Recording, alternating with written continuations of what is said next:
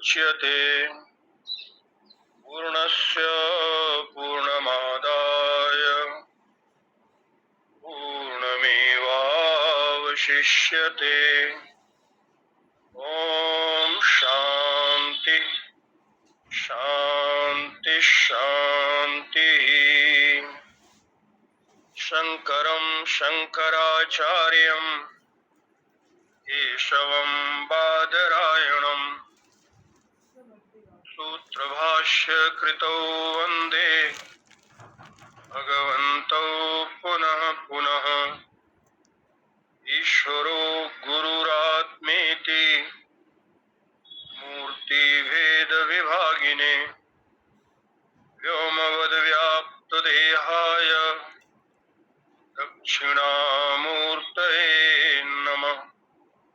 ओम शांति शांति शांति।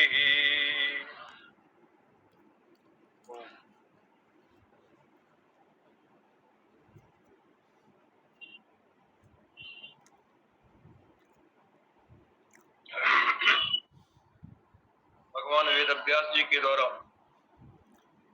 विरचित ब्रह्म सूत्र के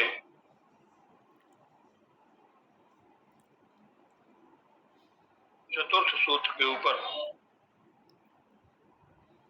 हम लोग विचार कर रहे थे।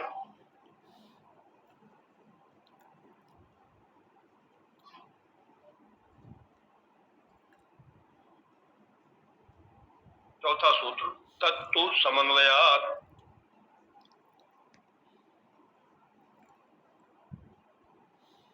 इस सूत्र के द्वारा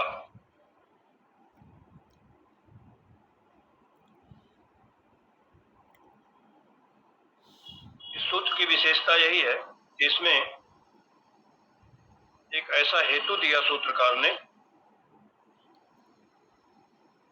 जो कि संपूर्ण वेदांत वाक्यों की सार्थकता को बतलाता है, और वो हेतु है समन्वय, समन्वयात्। मतलब संपूर्ण वेदांत वाक्य समन्वित है ब्रह्म में ही। संपूर्ण वेदांत वाक्यों का समन्वय सिद्ध वस्तु ब्रह्म में ही है। अर्थात सारे वेदांत वाक्य तात्पर्यतः सिद्ध वस्तु ब्रह्म का ही ज्ञान कराते हैं।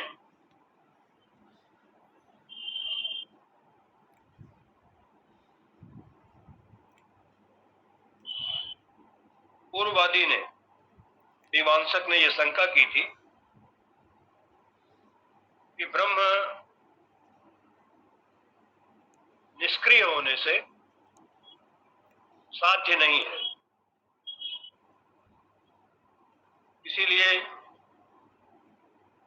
संपूर्ण वेदांत वाक्य कर्म में अपेक्षित जो कर्ता है, देवता है, जिनके स्वरूप का स्मरण कराते हुए विधि के अंग हो सकते हैं, ऐसा पूर्व मीमांसक कुमारिल भट्ट का मत है।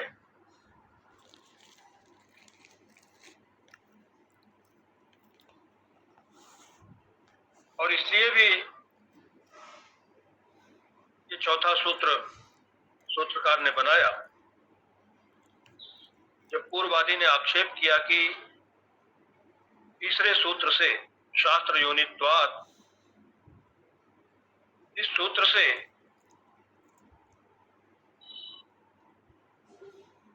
ब्रह्म शास्त्र प्रमाणक है, ब्रह्म में शास्त्र ही प्रमाण है, ये सिद्ध नहीं होता है। जब ऐसा आक्षेप किया तो इस आक्षेप का उत्तर देने के लिए ही तत्तु समन्वयात् इस सूत्र को उपस्थित करते हैं।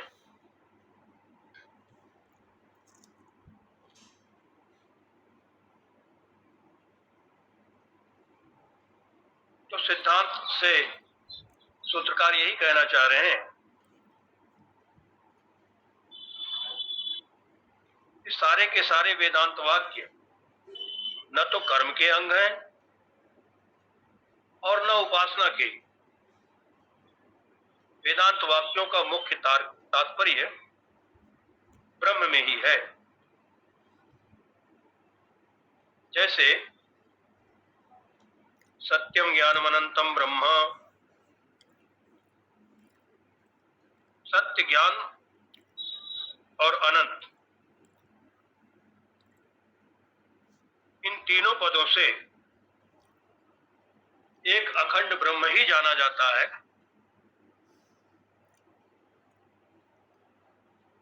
और विचार पूर्वक जब इन वाक्यों का तात्पर्य अर्थ देखते हैं इन पदों का, तो उपक्रम आदि जो षड्लिंग है तात्पर्य निर्णय के लिए, वाक्य तात्पर्य निर्णय के लिए,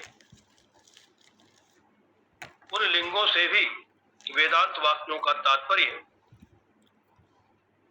अद्वितीय ब्रह्म में ही सिद्ध होता है।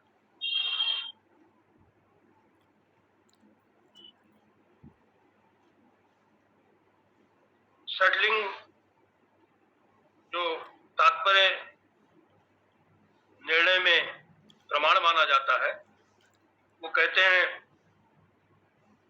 श्लोक आता है,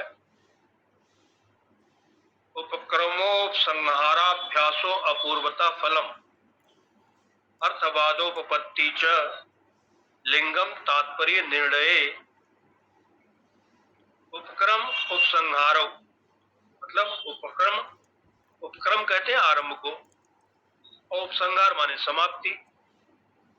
तो आरंभ और समाप्ति इन दोनों की एक वाक्यता, ये तो हो गया उपक्रम और उपसंहार, पहला लिंग। वाक्यों के, वेदांत वाक्यों के तात्पर्य निर्णय का पहला लिंग, पहला चिन्ह ये है कि जिस प्रसंग को लेकर के उपक्रम किया जाए, विचार प्रारंभ किया जाए, उसी प्रसंग को, उसी विषय को लेकर के उसकी समाप्ति भी होनी चाहिए, उपसंहार भी होना चाहिए। मतलब उपक्रम और उपसंहार की एक वाक्यता, ये तात्पर्य निर्णय में लिंग है। और दूसरा कहा अभ्यास। अभ्यास माने बार बार उसी तत्व का, उसी विषय का कथन। अपूर्वता, अपूर्वता मतलब अन्य प्रमाण से जो न जाना जाए, अब अन्य प्रमाण की अविषयता, जो अन्य प्रमाण का विषय न हो। तो ब्रह्म भी मंगल भवन, वेदांतिक गम्यम इत्यादि वाक्य से ये निश्चय किया है कि वो वेदांत के अतिरिक्त और किसी प्रमाण से नहीं जाना जाता, अन्य प्रमाणों का विषय नहीं है। तो ये अपूर्वता भी तात्पर्य निर्णय में लिंग है। फिर चौथा है फल। तो वेदांत वाक्यों का तात्पर्य मोक्ष में है, ये फल भी वेदांत वाक्य दिखलाते हैं, बतलाते हैं। और अर्थवादोपपत्ति च, अर्थवाद और उपपत्ति। अर्थवाद कहते हैं निंदा अथवा स्तुति, अर्थ में अद्वैत तत्व की, अद्वैत ब्रह्म की स्तुति और द्वैत की निंदा, यह है अर्थवाद। और उपपत्ति उपपत्ति माने युक्ति, तर्क, दृष्टांत, उदाहरण, ये सब उपपत्ति है। ये 6 जो है वेदांत वाक्यों के तात्पर्य के निर्णायक लिंग माने गए। उपक्रमोपसंहारो अभ्यासो पूर्वता फलम अर्थवादोपपत्ति च लिंगम तात्पर्य निर्णय। यहां भाष्यकार ने अपने भाष्य में जो श्रुति का उदाहरण दिया है, छांदोग्य श्रुति का, भाष्यकार कहते हैं सर्वेषु ही वेदांतेषु वाक्यानि तात्पर्येण एतस्य अर्थस्य प्रतिपादकत्वेन समनुगतानि।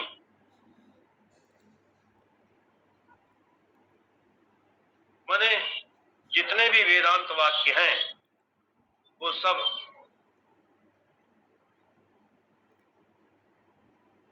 अद्वय ब्रह्म में ही समन्वित होते हैं। मतलब उन सभी का तात्पर्य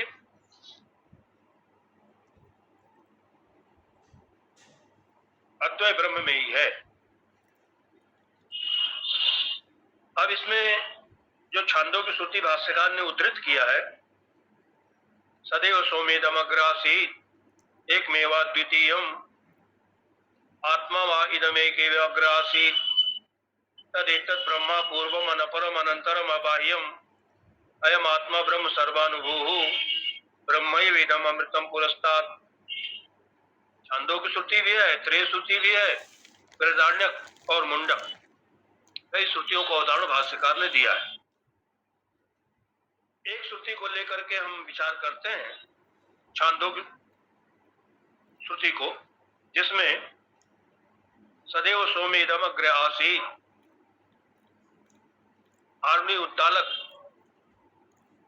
अपने पुत्र शिष्य श्वेत केतु को उपदेश करते हुए कहते हैं, ये सौम्य सद एव इदम अग्रे आसीत्।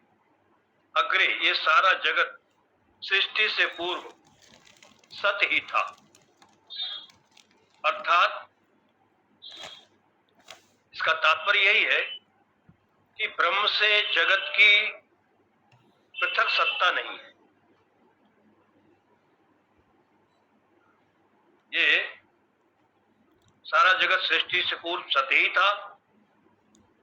इसमें एव जो शब्द आया, सदैव, ये ब्रह्म से जगत की भिन्न सत्ता का निषेध करने के लिए आया। ये निषेध करता है, मतलब ब्रह्म से जगत की भिन्न सत्ता नहीं है।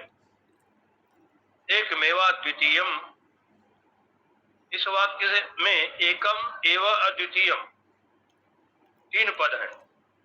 ये तीनों पद क्रमशः सजातीय, विजातीय और स्वगत, इन तीनों भेदों का ब्रह्म में निषेध करते हैं।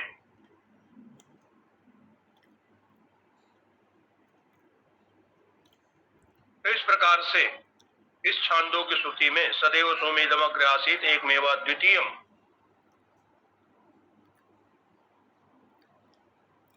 इस वाक्य से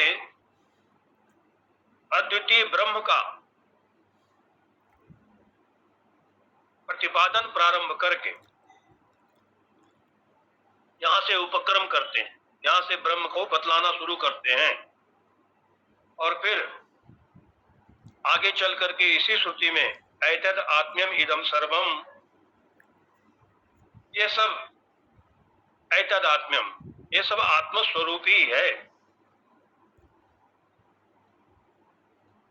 इस तरह से अंत में जाकर के उपसंहार किया है। तो प्रकरण के आरंभ में और अंत में इस श्रुति में, इस वेदांत वाक्य में अद्वितीय ब्रह्म का ही प्रतिपादन किया गया है। अब इसमें अपूर्वता क्या है? तो अपूर्वता भी इसी श्रुति में दिखाई देती है। नहीं, उपक्रम उपसंहारो अभ्यासो, पहले अभ्यास आएगा, तो अभ्यास अभ्यास इस श्रुति में दिखाई देता है, इसी वेदांत वाक्य में, जहां आरुणि उद्दालक अपने पुत्र, अपने शिष्य को, श्वेत केतु को उपदेश कर रहे हैं, वहां तत्त्वमसि, इसी श्रुति में तत्त्वमसि महावाक्य भी आया है अंत में।